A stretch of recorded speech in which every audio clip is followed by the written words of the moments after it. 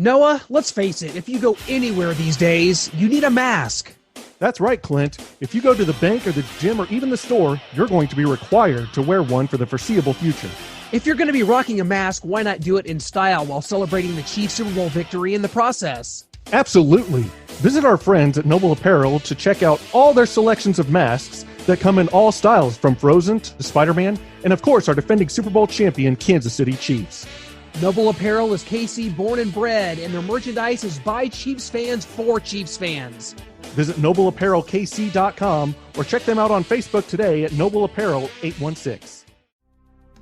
This is your Olympic hero and former WWE champion, Kurt Angle. And I just wanted to give a shout out to my guys, Clint and Noah. When it comes to covering sports, there is no one better. And believe me, that's true. It's damn true. Gentlemen, you are the top 1%. The elite. Best of the best. But to be the man, you gotta beat the man. And I'm saying, woo! I'm the man. The best there is, the best there was, and the best there ever will be. You know, when they talk about the elite. The elite. You ever see the elite? You're the elite. You are the elite.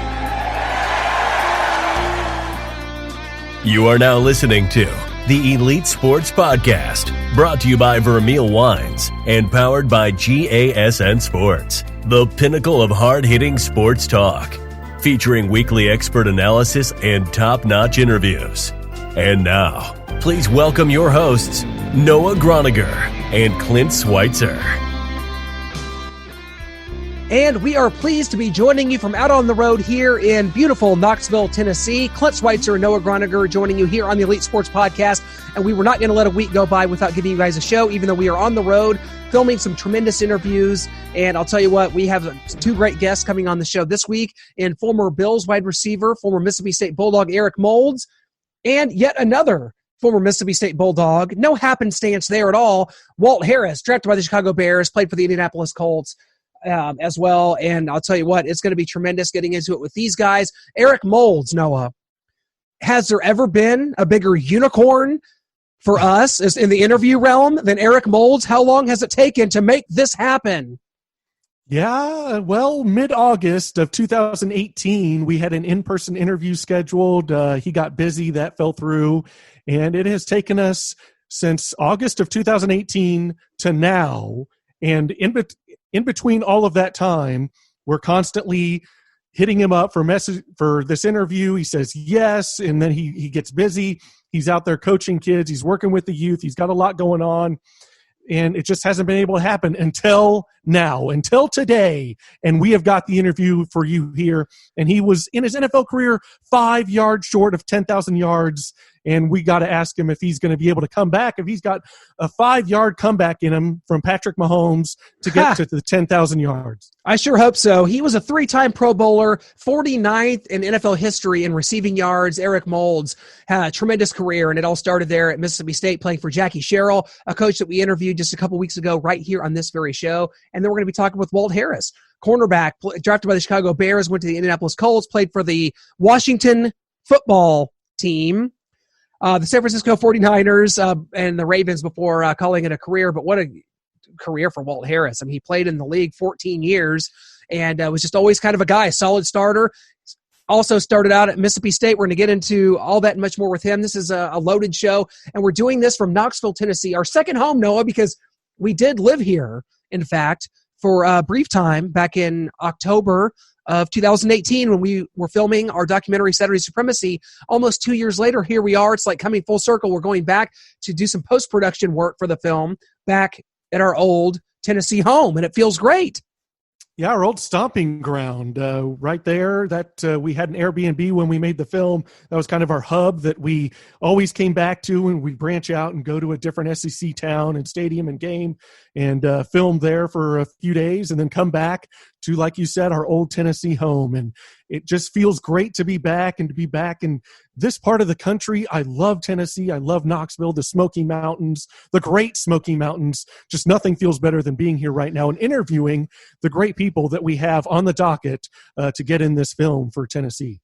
Yeah, we sure do. We have some real surprises, and we may just release some of these to you, our great podcast listeners, because you guys have been so loyal and sticking with us through all this through 4 months of uncertainty and just this world, devolving into just craziness and madness and everything that's happened. You've stuck with us. We appreciate it so much, and we appreciate our sponsors also, whether that be Noble Apparel, Vermeil Wines, this week also Raycon sponsoring the show again. Thank you guys so much for partnering with us, for believing in us, and we are continuing to bring the interviews. That's what we do as we move into August here. It is very nice here in Tennessee, even though it's a little warm. We've been spending a lot of time around the stadium, around Neyland Stadium, one of our favorite venues, one of our first ever stadium crashes from back in 2015. Our first documentary was called Stadium Crashers, and now being back here, interviewing people like the mayor of Knox County, Glenn Jacobs, the Big Red Machine, Kane, Solt Kozart. It's just been amazing. Terry Fair, Sturl the Pearl. This has been a great trip. We got so much Tennessee, man. I think we may overload people with Tennessee on this. We're up on Rocky Top, and so we'll make no bones about it. Absolutely not. If you're going to overload someplace, it's got to be up on Rocky Top. The Tennessee Volunteers, over 100,000 inside Neyland Stadium in their burnt orange. It's just great to be here, and I am just ready to roll with this film, start the editing process, and get this thing out here for the fans. It feels like it's been forever. It's only been a couple years here that we've been filming this, but it's ready to be seen by everyone's naked, steaming eyes. It sure is, guys. Let's go to our first interview here. Right after this, it is with former NFL wide receiver, 3-time Pro Bowler Eric Moulds. Well, you guys already know that I'm pretty much listening to podcasts or music constantly, which means I have to have a good pair of earbuds. So whether you're working from home or working on your fitness, you want what you're listening to be what you're listening to.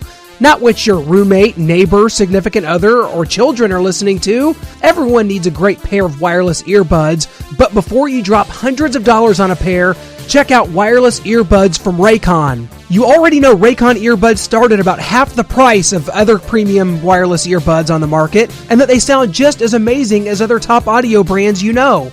The newest model, the Everyday E25 earbuds, are their best one yet, with 6 hours of playtime, seamless Bluetooth pairing, more bass, and a more compact design that gives you a nice noise-isolating fit. Raycon's wireless earbuds are so comfortable, perfect for conference calls or binging podcasts. They have been an absolute game changer for me, especially in the gym. Unlike some of your other wireless options, Raycon earbuds are both stylish and discreet, with no dangling wires or stems to distract anyone during video calls. The company was co-founded by Ray J, and celebrities like Snoop Dogg, Melissa Etheridge, Brandy, J.R. Smith, Mike Tyson, and Rich the Kid are obsessed with Raycon. Now's the time to get the latest and greatest from Raycon. Get 15% off your order now at buyraycon.com/musicmania. That's buyraycon.com/musicmania for 15% off Raycon wireless earbuds. Again, that's buyraycon.com/musicmania. Eric, wow. Thank you so much, man, for doing this. It seriously means the world. How's everything going, man? Everything's good, man. I can't complain. It's going best it can be, Well, I know you've been out and training young athletes. What's that been like for you over the last few months? I know it's a crazy time. How's it been going, and how gratifying is it to be able to do that? What you do, it's incredible. It's a blessing, but you guys know also it's a challenge. I mean, having young athletes you're training, making them try to keep space. That's the biggest thing. Trying to keep their hands clean, trying to keep them from touching their face. It's been a difficult challenge, but my players, they get tested every other week, and we haven't had a guy with a positive test yet. So we're doing pretty good. That's great, man. Just going back to your time at Mississippi State, we recently had on your old ball coach, Jackie Sherrill, one of your running mates there, Walt Harris at Mississippi State. So take us back to your time there, playing for Coach Sherrill, going against a guy in practice like Walt Harris. It was great. I mean, Walt is one of those guys who got drafted in the first round with me. So it was a blessing to be able to go after him every day and him come after me. So we made each other better every day. And I knew I had to bring my A game every day, and I knew Walt was going to bring his. So we had a coach like Jackie Sherrill who had a history of having great players like Dan Marino, Tony Dorsett, Hugh Douglas. And, I mean, you had so many great players that Coach Sherrill coached against. And we would see all those players. They would come to Mississippi State. So we had him tell us that, but we saw visuals. So that gave you the motivation to want to do what those guys did because you had the right coach. Well, talk a little bit about him. Jackie Sherrill, before we did the interview with him, he said that you were the best player he ever coached. What does that mean to you? And thinking back to your time with him, he was someone that was really fun to get to know. He has this really kind of stern way about him, but he's funny and sort of engaging. And getting to know him has just been a blast. What does that mean to hear that coming from your old coach there? Oh, it's great. I mean, it means a lot to me. I mean, Coach Sherrill, like I said, he coached a lot of great players, and for him to say those kind words about me is great. He's a coach that challenged me every day. So he was one of those coaches that used a little foul language to get his point across at the times, but he got the point across, and I could never finish last in a race. If we're doing sprints, if we're doing weights, whatever we're doing, I had to finish first or second. And I think either I was first, or either Walt Harris was first. If I was second, Walt Harris. So it's one of those things that we competed against each other every day, and he knew if you were dogging it because Walt was either first or I was first. So if we never finished first, he knew that we weren't going hard as we could. Well, Eric, you're from Mississippi. Talk to us a little bit about some of the other offers you had and why Mississippi State was the right fit for you. Well, honestly, to be honest with you guys, I was more recruited for basketball. I had offers from Duke, North Carolina, Texas, Florida, Kentucky, and everybody – before the last second I made a decision to play football, everybody just knew I was going to play basketball. I even thought I was going to play basketball, but at that time, during that time, my grandfather passed away, and he was a football fan. And he always used to tell me, I want you to play football. My visions of you are not a basketball player, as a football. And people thought I was kind of nuts because I averaged 30 points a game from my junior to my senior year. And so they were like, this kid's got to be nuts to play football. And and they asked me when I played, I said, well, my grandfather wanted me to play, and I was really close to him. So it was one of those things that I wanted to make him happy and honor his name by playing football. So I made a decision to play, and when Jackie Sherrill walked in, he made my decision to do that a lot easier. Well, you had a tremendous career there. I believe back in 2018, you were honored on the field there at Mississippi State at Davis Wade Stadium. What is the school? You got the shirt on right now. What does it mean to you now? 24 years later now since you've left, what is Mississippi State? What does that place mean to you? Mississippi State is everything. I mean, maroon and white for life. I mean, you got an opportunity. I got a chance to get my degree from that school. That school gave me an opportunity to further my education and play sports. And I made a lifetime of friends. I wasn't just friends with football players. I was friends with basketball players. Me and Darrell Wilson, who's one of the better players that ever played at Mississippi State. Eric Dampier, Dante Jones. All these guys are great friends of mine to this day, and we all went to school together. So you build lasting relationships there, and I have great professors that I'm still in contact with to this day. Even in the pros, they would come watch me play. So you build a family. It's really a family atmosphere. I think if you get an opportunity, if any kid in the country is athletic, not just athletics, but academics too, you get a chance to go to Mississippi State. It's really a family. You feel that. I mean, it's like every other school. You're going to have parties. You're going to have your fun, but you really feel like it's a family. Talk to us a little bit more about that and Stark Vegas. I mean, you got the Cowbells, Davis Wade Stadium, the town and atmosphere around the program, Hail State. Just what really makes Mississippi State stand out in the SEC? Well, it's one of the better places to play football. You have the dog walk, and you have the Cowbells. I mean, I always wanted to score touchdowns because I really wanted to hear those Cowbells get loud because I knew the opponents hated it. So the more I can get in the end zone, the more I can touch the football, and the more we could win. That crowd would get so much into it, and opposing teams hate it. They think it's the loudest thing in the world, and it's annoying. I mean, if you're an opposing team coming in or coaches, it's annoying to you. It makes you lose your train of thought. So that's what I wanted guys to do by playing there. And the atmosphere is unbelievable, man. I've been to Alabama, Texas, Florida, all these atmospheres, and they're great atmospheres. But it's just something special about Mississippi State that you have to really experience at least once. Stark Vegas to truly understand what I'm saying. Well, it's kind of.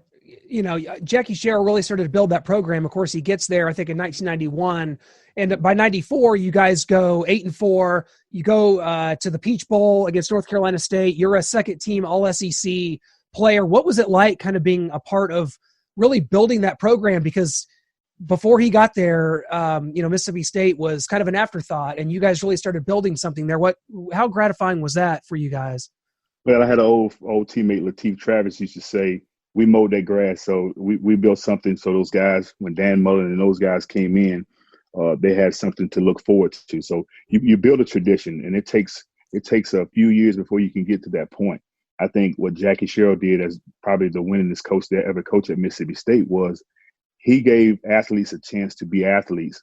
He gave us a chance to be men. He used us in that way. Said, "Hey, you're a grown man. If you make a mistake, now it's me as a father figure to correct you." So he did those things, and he gave us an opportunity to compete every day to change his program around.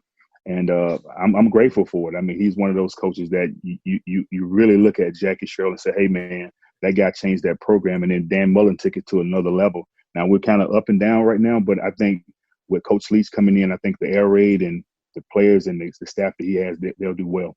Now that's an offense you need to be playing in with Mike Lee. Now that would be perfect. Oh yeah, definitely. I would love to play in that offense. Well, Eric, whether it's the sight, sounds, or atmospheres, the SEC has some great ones. You mentioned Alabama, you mentioned Florida. What were some of your favorite road environments and experiences that you had in the SEC? Oh man, obviously Alabama was unbelievable to play there because every year they're ranked in the top 3 in the country or the top 10.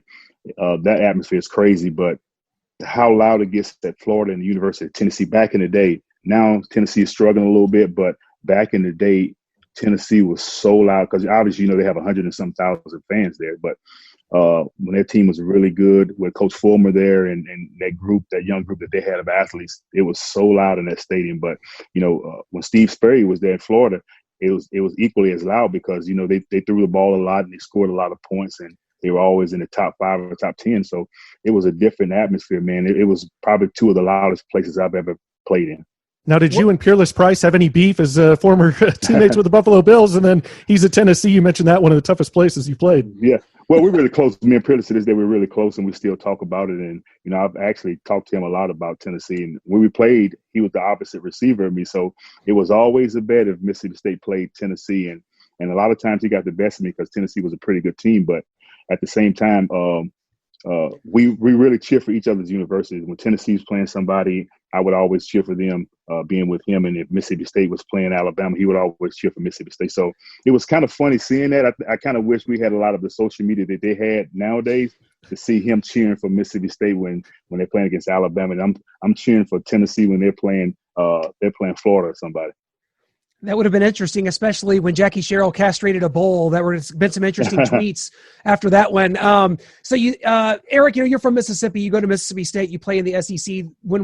As we've been going around and we've been to a different environment, we've been to all the 14 stadiums now. You see the sign behind me, God's Sweet Tea in the SEC. There's something about football in the South and a lot of the places at Mississippi or Alabama, Arkansas didn't have pro sports or don't have pro sports. Obviously, you were a basketball player as well, but what is football like in the South? What makes it kind of different growing up in the South? The ties to the programs and football is it's something that you can't find anywhere else. It's huge. I mean, it's one of those things like it's hard to really explain that unless you experience an SEC weekend. You got to go to Auburn. You have to go to Alabama. Nothing to say anything bad about the Big 10, the Big 12, Pac-10, whatever conference they have, but the SEC is different. I mean, football is like a religion down there, so to speak. So people take their football seriously. They take their football team serious. When you're cheering for your team, you really can't say anything bad about Alabama or Florida because their fans are so serious. It's that way at Mississippi State too. You can cheer for your team. You can bring your different colors and your uniforms in, but you can't say anything bad about that university. So it's a religion. You have a respect for your opponent and everybody that plays in that conference, but it's just a different beast. It's kind of hard to explain because a lot of schools, and I've had this with my teammates against my teammates in the pros that played at Penn State and Texas. It's just different. I mean, even Texas is a big football state, but playing in the SEC is totally different. I tell them than playing at Texas because every week you can get knocked off. If Vanderbilt is 0-10 and they can play Alabama and they play them close, they can wind up winning that football game. Every week is like a playoff game.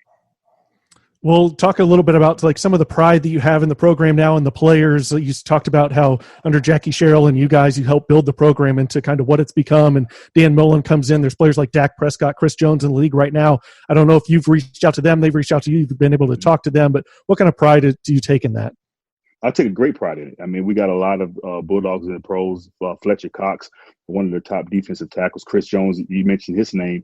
All these guys are great pros. Dak Prescott is one of the better quarterbacks in the league. Although I like Dak, go ahead and sign that contract and keep building that tradition in Dallas. But it's one of those things. I mean, we got a lot of great Bulldogs, like Chris Slay, that played for Detroit, just got traded. But we have a lot of guys that are really good athletes that came out of Mississippi State. It's continuing the tradition that myself and a lot of other Bulldogs before them in the pros made that tradition go. And so they're keeping that going. So I'm really proud of those guys. And I watch them on Sundays. And, of course, obviously I watch Mississippi State every Saturday. So it's an obvious thing for me to be able to see both, see my Mississippi State guys play on Sunday and also my alma mater on Saturdays play. So I'm a proud guy. Well, Eric, talk a little bit about getting drafted. You get drafted 24th overall in the first round by the Buffalo Bills in 1996. And, of course, at that time, Buffalo's kind of transitioning away from they'd been to the 4 straight Super Bowls, and they're kind of transitioning at that point. And you go from playing in the South, in Mississippi and all over the SEC to the cold of Buffalo, which I don't know is if it can be matched anywhere in the country. What was that like for you, that transition heading to Buffalo? And in 99, you're part of the last playoff team that would be in Buffalo for, almost 2 decades, which is kind of crazy. Yeah, it was different. I mean, being from Mississippi where it's hot most of the time, and then you go to a place of Buffalo where they get only like 2 or 3 months of warm weather. It was different, but at the same time, when you have great teammates like Thurman Thomas, Bruce Smith, and Jim Kelly, and Steve Tasker, a lot of great players, they made my transition easy. So I had a old teammate Russell Copeland, who played at University of Memphis, was there, and he's a Mississippi boy. He's Southern, so he kind of helped me, guide me to what to expect in the pros, how to handle the cold weather. And it's a lot of not going anywhere, but at the same time, you try to figure out the culture in Buffalo. And it's sort of like, Buffalo is sort of like the SEC with their football team. It's a college-type atmosphere because the Bills are the big ticket in town, and a lot of focus is on the Bills. It's sort of like an SEC atmosphere when before the game, you're pulling up, and it's even hard for us to get to the stadium time before the game to get ready to play because it's so many people, it's so much going on. So it reminds me a lot of these schools in the SEC when they tailgate. Well, Eric, you have 9,995 yards in your career, just 5 yards short of 10,000. Have you ever thought about a little comeback? Just a little 5-yard curl, and you're good, man, 10,000.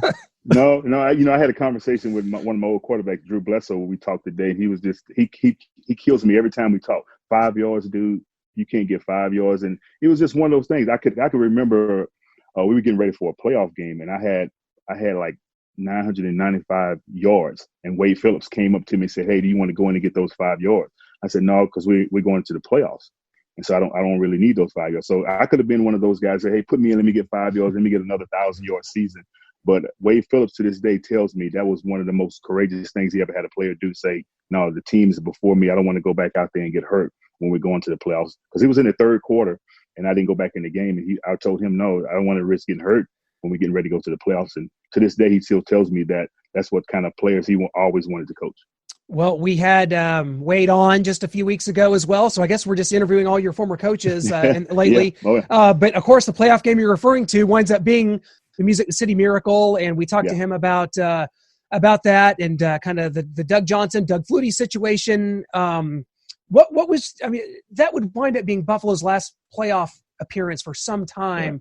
In that moment and in that game, like what kind of memories do you have from that? And I guess the obvious question is, was it a forward pass? Because I think it was. I played my last career games with the Tennessee Titans, so right. I would hear it all the time. But I always thought it was a forward pass, and I'm friends with a lot of the former players with the Titans. The late great Steve McNair was really close to him, a Mississippi guy. I was also close to Eddie George because we got drafted together in '96. So I was really close to those guys. And we both guys said, I talked to Eddie George before that game, and Eddie said, whoever wins this game is going to go to the Super Bowl. And that's what happened. They wound up going to the Super Bowl that year against the Rams. And we felt that we had a Super Bowl caliber team. It was a wild week. I mean, Rob Johnson was on the bench, and Doug Flutie had just taken us to like 6 or 7 wins. And then they come in the day before the first day of practice and say, "Hey, we're going to go with Rob this week." So it was kind of a shock against the whole team. But, at the end of the day, you got to be professional and say, okay, we got to do what they want us to do and just go play. And to this day, I'm not sure who made that call. A lot of people say Wade didn't make it. The owner made it. The general manager made it. So I don't really know what happened. But I think when we went into the game, it kind of took a lot of air out of the practice during the week because we had so much momentum going at that time, and it was a difficult time. And like I said, we thought we had the game won, but the throw that they made at the end, which was a forward pass in my eyes, but it was one of those things that it was. And I say this today, and I tell Eddie all the time, it was probably my one or two chances to go to the Super Bowl, and you guys took it away from me. So it was one of those things. Yeah, and Eric, we've talked about some of the great SEC environments. What about some of the environments in the NFL that feel like a college environment? You played in one of them right there. You mentioned it, Buffalo. Also, right here, we're here in Kansas City. Arrowhead is one of those, in Green Bay as well.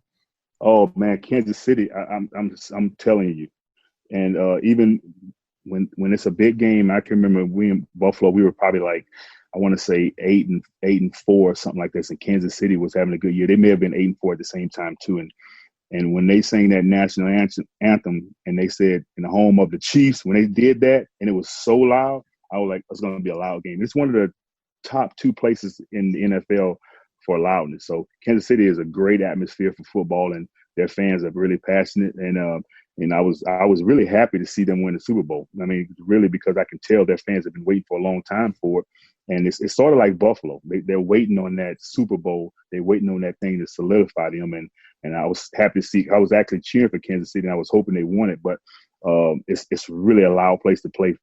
It's really a fun place to play. Well, let's get into that just real quick here. You know, we're here in Kansas City and seeing that Super Bowl and what Patrick Mahomes has been able to do.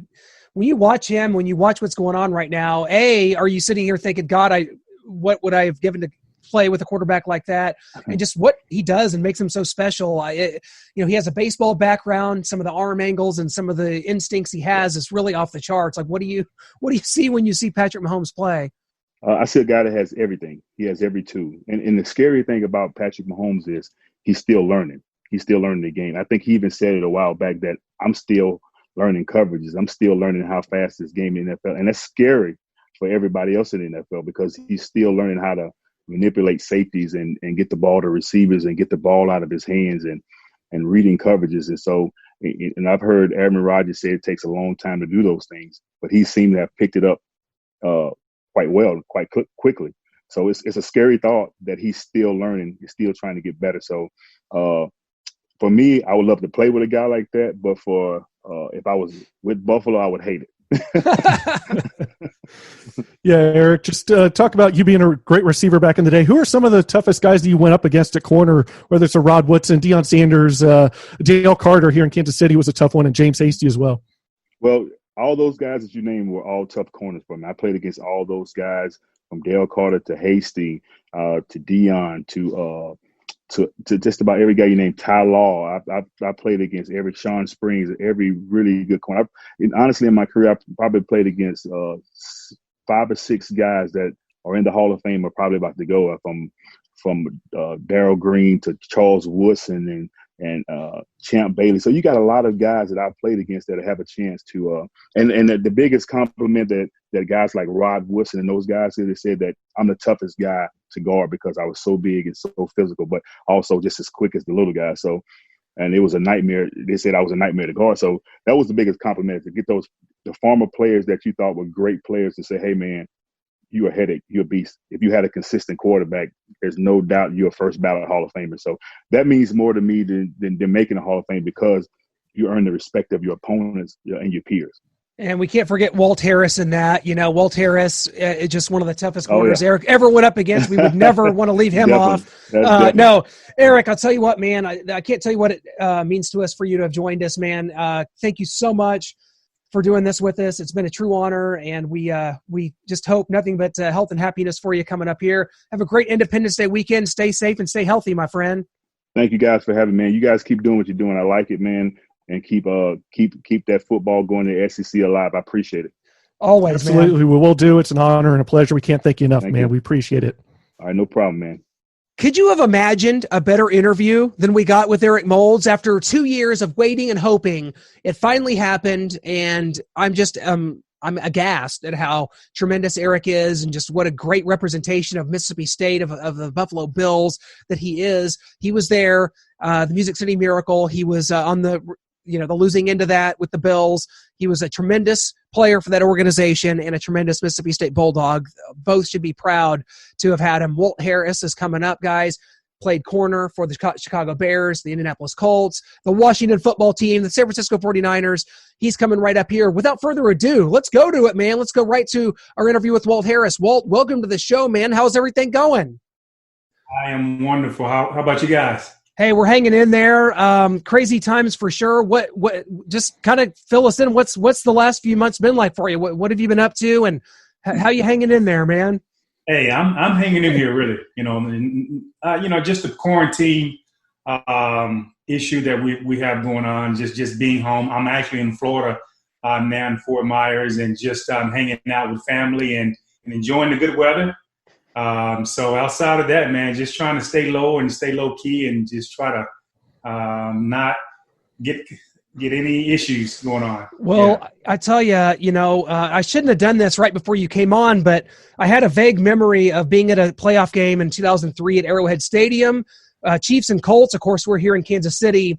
And I was like, I think, Walt Harris may have caused a fumble against Priest Holmes in that game. And I went back and found it. And sure enough, 21 caused that fumble. It was a shootout. And really that changed the course of the game. And I shouldn't have done that right before we brought you on, because now it's bringing me back. And the Chiefs had to keep scoring to win that game, because we sure were not going to stop you guys. That play changed the momentum of that game, man. That was one of the craziest games. No punts. Man, you guys remember some of everything. There's so many plays that happen throughout the year and throughout your whole career. Sometimes you don't even remember. There are some plays that stick to your mind a whole lot closer than others, but it's amazing that's why we have videos and recordings, so that we can go back and see what all happened.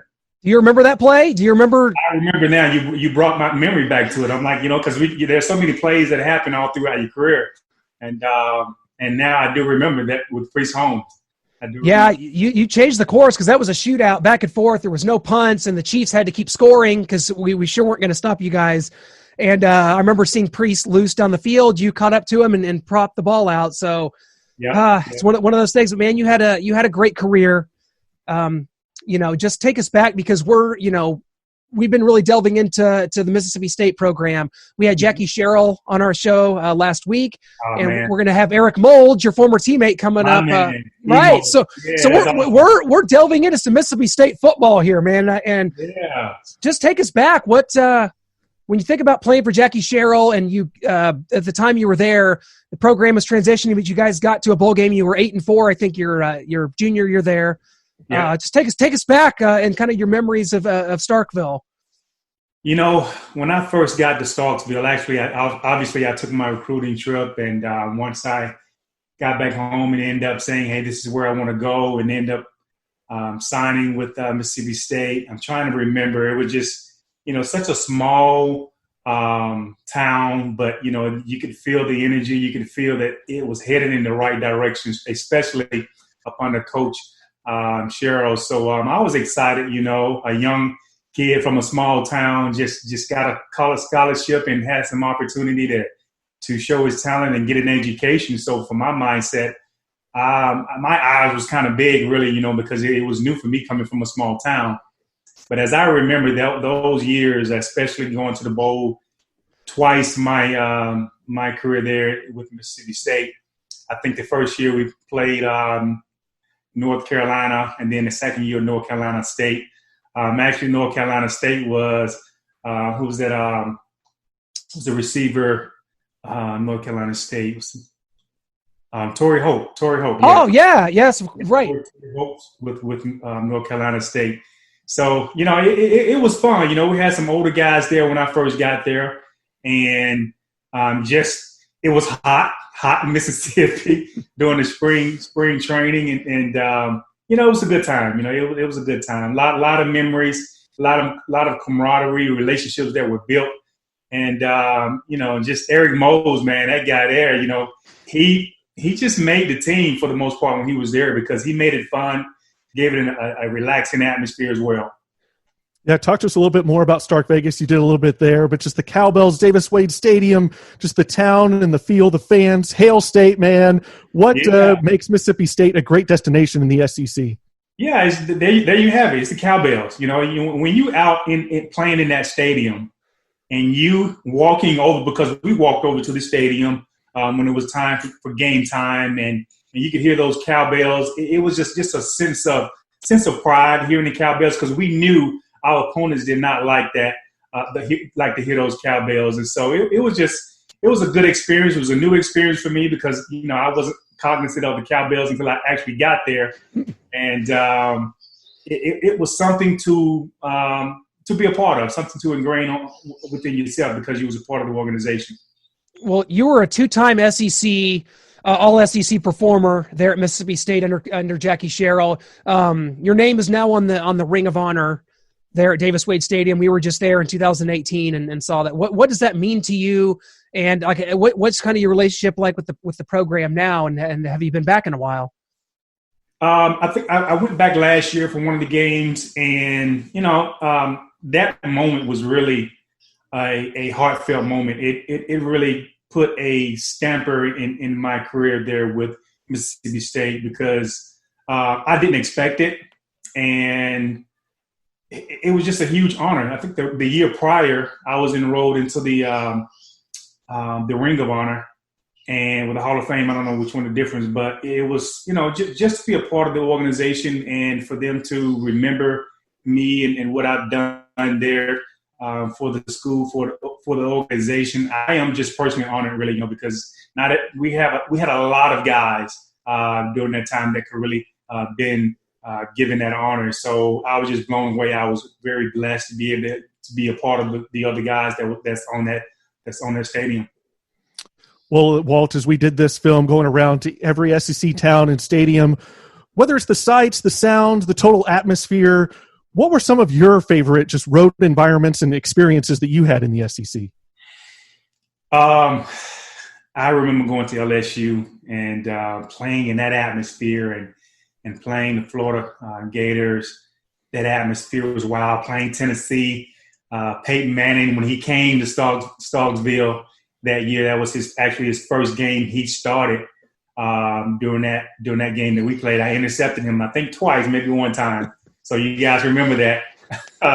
But just going to LSU, playing in that crowd, man, it was just a hostile territory. Just all the SEC teams, it is hard to go through those different atmospheres and not becoming a better organization overall, because you're going to get work. You know that the competition is going to be at a high level, and it was just a great experience, really. It's one of my favorite stadiums that I did love playing in. Actually, was playing in Florida, with the Gators. Yeah, that was because I love the weather. I love the weather. My footing was good. It was just a different atmosphere. I felt like I was going back home being from Georgia. Yeah, you're from Georgia. Why Mississippi State to begin with? What led you there, and what were some of the options that maybe you had coming out of high school at the time? Kind of what take us through that recruiting process. Well, it was funny though, because my junior year, I really was a big Georgia Tech fan. I loved to watch Willie Clay during those years when he was a well-known cornerback there, and it was just Georgia Tech, and Georgia was recruiting me. But once I got to my senior year, and I had some good coaches that that was really there to help guide me through making that decision. And then once I went to Mississippi State, actually that was my junior year when I went there for one of their camps or something like that. And it was just something different about the atmosphere. The atmosphere, it felt like home. It felt like I was a part of the environment. And once I decided to go to Mississippi State, I just knew it was the right decision. And hindsight, looking back, obviously it was, because I was able to create a wonderful career there on the collegiate level, but also allowing me to go on the professional level as well. Well, Walt, growing up in Georgia, playing at Mississippi State, we've talked to a lot of people, and the SEC slogan is "It just means more." Football means more in the South, especially in the SEC. Why do you think that is? That's a good question. I just think something about the South. It's kind of like that backyard football type of atmosphere, really. It's hardcore. I think the people, you got a lot of athletes that are from the South that play these Southern teams. And so they have so much to fight for, so much to work for. It's a lot of camaraderie, community is in my opinion, but I could be wrong because I don't know anything about the North. But just my personal opinion is something about the South, the feel, the togetherness, and just country old boys. Just playing the game, really. Well, tell us a little bit about your coach, Jackie Sherrill. We talked to him. We got to have gotten to know him a little bit over the past week or so. We had him on our show and got to have a really in-depth conversation with him. He is a really engaging person. I just found him to be it was kind of astonishing getting to know him a little bit. I'll tell you what, that guy does not like the NCAA. We know that. What was it like playing for Coach Sherrill? What was he like kind of as a coach and a person, and kind of how close were you with him?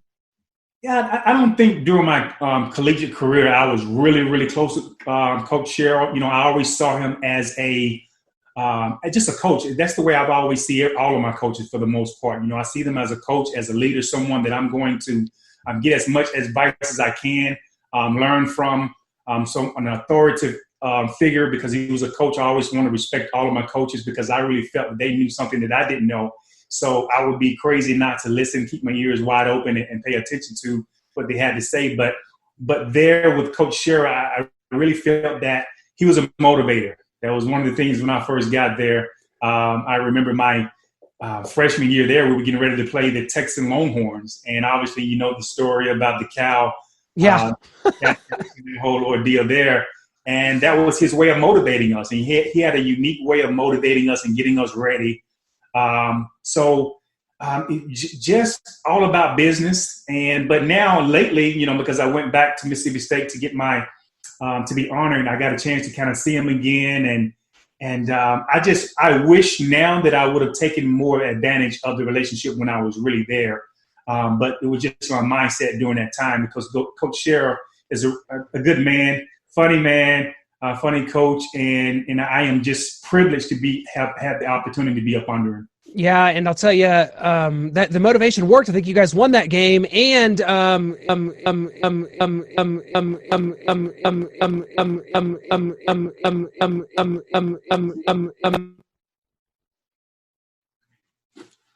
think I'm losing you on the connection here. I didn't get that last bit there. I don't know if it's my internet piece connection or what. Can you guys hear me? Well, Clint's going to try and get his mic going, so I'll jump in here and just talk. Clint's going to get his mic going, so I'll jump in here and just ask you about keeping in touch with some of your former teammates, and how much have you kept in touch, and how much has that meant to you, the bonds and relationships that you cultivated back then to your adult life and present life?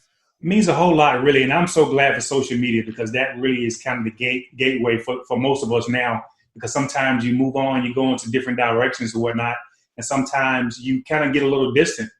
But the fact that social media has really played a huge part, I keep in touch with a lot of the guys now because we have our own lives. But at the same time, when you are able to stay in touch with guys, whether it's on Facebook, all social media platforms, we're able to connect with each other, get each other's phone numbers, because guys' phone numbers change over the years. And so sometimes that's just the nature of it. But to be able to be back in contact with a lot of guys that you played with, some of the guys that didn't even go to the NFL, but you remember those guys because of the relationship that was there, that means a whole lot. And so those are things that no one can ever take from us, because those are the relationships that we created over time. And so I just had a phone call. I missed this call. Mario Hagan, we stay in touch a lot now. And obviously me and Moulds, we definitely stay in touch online, and Gregory Favors, Melvin Hayes, a lot of the guys, John James was one of the guys that when I first got there, he was one of the guys that I looked up to. That kind of kept things straight, gave me the ropes and the do's and not to do's and things like that. So I try to stay in touch with many guys as I can, a lot lately than I've had in the past. Well, Walt, I want to talk about your NFL career, because you're drafted in the first round by the Chicago Bears, had some really tremendous years there, but really 10 years into your career, you make your first Pro Bowl, and you're in the league for 15 years, which is the rarest of the rare. Just talk about how you were able to do that. Do you consider yourself someone that was just kind of fortunate when it comes to injuries? And, you played for, the Colts, the Redskins, the Niners, and then kind of finished up with the Ravens there. But just how are you able to sustain that career and then making a Pro Bowl 10 years into your career? That's crazy, and a testament to you really staying the course there. Yeah, I'm very thankful. I know you guys have always heard, if I would have known then what I know now, I would have done things a whole lot different. And that was kind of the stigma from my career. Later on in my career, I had to end up really observing my own things that I did during the off season and really take it from a professional perspective and really be more professional. And one of the things that I ended up doing was really training a whole lot harder. Training a lot better. I did some different things that I normally wouldn't have done on the early in my career. I got my body in shape. I started eating a whole lot better, started to get a whole lot more aware of the importance of just being relaxed. My lifestyle was a lot more different. At the very beginning of my stage, at the very beginning of my career, however, I just began to train a whole lot more. And that gave me more confidence, that gave me more strength, that gave me more speed. And I'm a praying man as well. So I just definitely believe that with the whole mixture of all that put together, it was just time. And so I wish I would have trained a whole lot different when I was a lot younger in my career. I always look back and say, man, I wish I would have had more time. I would have done this a whole lot different. And so nowadays, with all the new information and the training and understanding the importance of how you eat and the importance of what that does to you, not only physically, but mentally as well, it goes a long way. And so it's a whole lot different now than what it was for me. What about some of the current players that are in the NFL from Mississippi State, to the two headliners, Dak Prescott, Chris Jones? Yeah. Have they ever reached out to you? Have you reached out to them? And just what is it like to see some Mississippi State Bulldogs have that kind of success in the NFL? The Chiefs don't win the Super Bowl without Chris Jones knocking down some of those Jimmy Garoppolo balls. Oh, man, I know. And when you see that, it just gives you another sense of pride that these guys are alumni. These are guys that went to the organization, team, university, where you did. And so you feel good for them. You were pushing for them. I never was a Dallas Cowboy fan whatsoever. As a matter of fact, I kind of rejected them for the most part because playing with the Washington Redskins for 2 years, obviously they were one of the rivals.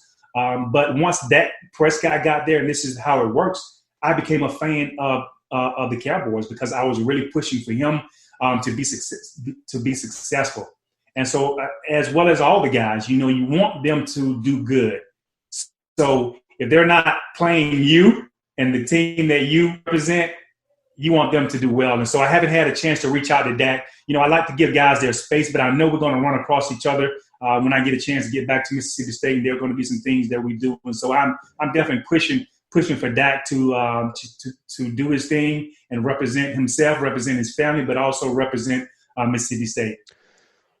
Well, Walt, of course, you played for the Colts from 02 to 03, and really right as Peyton Manning's coming into his own and forming such a lethal offensive unit.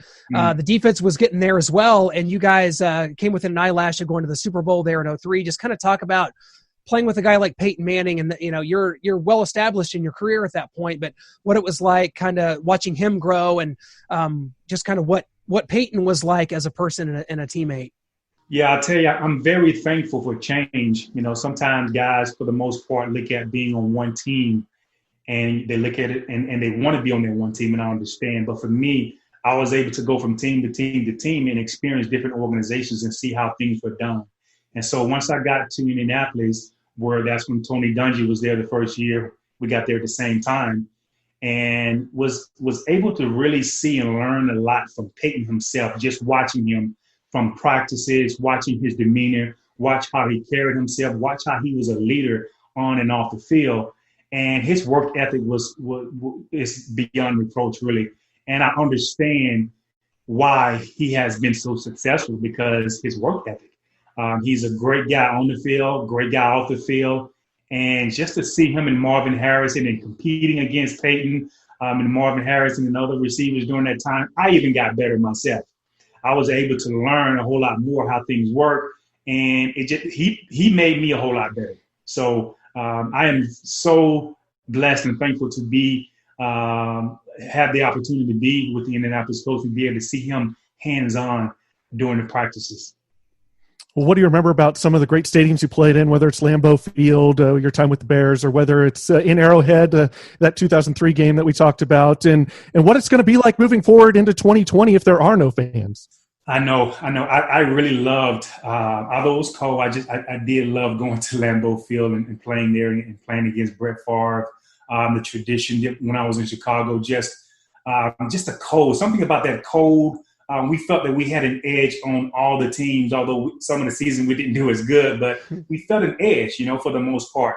Going to Lambeau Field, Brett Favre was the guy during that time and still is, but during those seasons, I just really loved going into Lambeau Field, and just it was something about driving up to that stadium where you almost driving up in the neighborhood, really, so to speak, and just playing against them. With the season now, it's interesting in what's going to happen this year. It's with this pandemic that's going on, and everyone is really wanting to be careful to make sure that they do the right thing. I'm just waiting to see what's really going to happen. And I hope the best for everyone, because this is their livelihood. A lot of guys, this is how they feed their families. So I hope things really work out. Yeah, absolutely. For everyone involved, we need it more than ever. Just for a morale standpoint, a season without football would not bode well for any of us. I got to ask you, Walt, about the position of corner in general, because from the time that you got to the NFL in 1996 to now, the rules have slowly just sort of been changed to sort of benefit the offensive side of the ball. You're playing against quarterbacks now that are just unreal with the arm strength. With accuracy, Patrick Mahomes, the Aaron Rodgerses of the world, guys like Deshaun Watson, the dynamic nature of their game. How difficult would it be to play corner now kind of versus when you did? Obviously, when you were there, the times were changing and the rules were changing. The 5-yard rule, bump and run rule was changed. But just kind of talk about the position and how it's changed a little bit. Yes, it's changed a lot, as I look down the way the game is. And obviously I understand why you have to put things in perspective of why the changes are being made. Obviously, it's all about scoring points. It's all about, bringing excitement to the game. Being a defensive player, we love low-scoring games, but for the most part, fans want to see scores. Fans want to see all these things, and so a lot of changes have been made. My biggest thing is now playing corner. It would be tough. It would be really tough. But everything goes hand in hand. The defensive line and the way the defensive line play the game, it's a team game, really. And I really feel that we're just going to adapt. Defensive back, I was talking to Tyronn Poole the other day, and we both agreed, because he's a cornerback. We believe that the cornerbacks are the best talent on the field at the end of the day, because we're going backwards. We have to, study well, but at the same time, those guys know what they're going to do. They know where they got to go. We don't, so we have to kind of figure things out. And so being corners and playing in the league during this time, you have to be smart players. You have to be very aware. You have to really do your homework even much more. But I feel that the corners now, they have adapted. They have adjusted, and with the way that the game is being played, with the quarterbacks now, man, the arms and the Patrick Mahomes, like you mentioned, and obviously the Aaron Rodgers and those guys, their ability to not only threaten you with their arm, but they can threaten you with their legs. And so they become a whole lot smarter. And with the way that the game is, it's so easier for the defense to have holes in the defense. It's tough, man. But my hat goes off to all of those defensive backs that are playing now, because we are the best talent on the field, but it's a challenge. It's a challenge nowadays. Well, who are some of the best receivers that you ever faced? I know coming into the league with the Bears, you're there with the Packers, Lions, Vikings. You got Antonio Freeman, Herman Moore, Chris Carter, Randy Moss later on in '98. Just talk about some of the best guys you've ever faced that gave you the most troubles. Eric Moulds. You just named so many of them just now. I just remember going against the Herman Moores and that back shoulder fade, and he was such a huge guy, long arms and big guy with the Lions, and obviously Randy Moss, when he came in, he really changed the way the game was played with his push down the field, throwing his hands up in the air, and it's game time.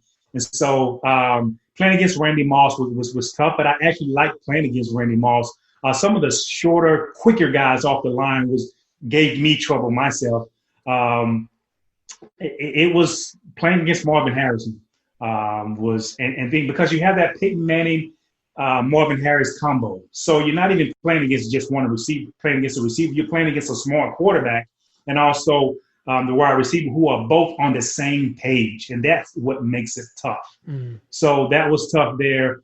Isaac Bruce, so much respect for him, who he is on the field as well as off the field.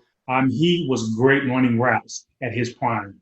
And so I used to study him, and man, we had so many talented wide receivers during that time when I was playing, and they're only getting better with the receivers that are there now. But Randy Moss, Isaac Bruce, Marvin Harrison, going against Torrey Holt. I love playing against Torrey Holt. Herman Moore. Yeah, it was just a lot of receivers during the time to go against, and they made you better at the end of the day. Well, I'll tell you what, Walt, it's been such a pleasure to have you on with us today, looking back at what was a tremendous career, not only in the NFL, but in college as well. A two-time All-SEC performer and a Pro Bowl for you during your prodigious 15-year career, man. Hope you stay safe and stay healthy and have a tremendous Independence Day weekend, my friend. We can't thank you enough for doing it with us today, man. Absolutely. Kudos to you guys for what you guys are doing and what you guys are doing for all these teams. I really appreciate you guys. Appreciate you inviting me on, and just God bless to all of you guys, and hope everything goes well with you. Right back at you, Walt. It was an absolute honor, man. Take care. Thank you. Big thanks to both of our guests, Eric Moulds and Walt Harris, two great representatives from Mississippi State University. Noah, it was great to have Eric. It was great to have Walt. This was awesome. We hope that our Mississippi State contingency, all 4 or 5 of them, sure enjoyed these interviews, man, and this podcast. They should. I mean, they were both first-round picks, and Eric Moulds, maybe the best receiver in Mississippi State history. Walt Harris was inducted into the Mississippi State Ring of Honor a few years ago. So we're bringing it hard, and we're bringing it heavy here on the Elite Sports Podcast with two great former Mississippi State Bulldogs. We sure are. We hope you'll hit that subscribe button on Apple Podcasts, Google Play, Stitcher, or Spotify. Again, our website, as things continue to evolve and news breaks, go to our website, gasnsports.com. That's where you can get all the information, all the updates, whether it be, NFL, college football. It's all happening. It's all on our website, GASN Sports. And again, this podcast, please hit that subscribe button and leave some feedback. We always appreciate it. Guys, we'll be back next week as we return from Knoxville, Tennessee, and we're going to be bringing it once again next week. And we don't know what interview yet. We're going to slide your guys' way, but it's going to be a big one. We have some huge guests on the horizon. Thanks so much for staying and playing here with the Elite Sports Podcast. Bring a spectacular piece of Napa Valley right to your doorstep today with Vermeil Wines. Former legendary Chiefs and NFL coach Dick Vermeil started Vermeil Wines back in 1999, but his undying devotion to bringing a taste of Napa Valley to the masses actually goes back generations. Well, it started as a hobby of making 150 to 200 cases of Cabernet, Jean-Louis Vermeil Cabernet, my dad's name and my great-grandfather's name. Vermeil wines are grown in Coach Vermeil's hometown of Calistoga, California, at the top of Napa Valley, where the vineyards are over 100 years old. Browse all the signature wine options or become an official member today at vermeilwines.com. Choose from 3, 6, or 12 bottles and enjoy a 15% savings with shipments each February, May, and September. You'll also get access to exclusive offerings and events such as virtual wine tastings with Coach Vermeil himself, as well as member-only wines. Try the Signature Club, where you get 1 case per year, a 20% savings, 4 bottles of each Cabernet. These are the highest rated wines at $1 shipping all year. To join, visit vermeilwines.com now or call 707-254-9881. Use promo code ELITE for $1 shipping on 3+ bottles of wine. This will also apply to your first wine club order if you mention ELITE at sign up.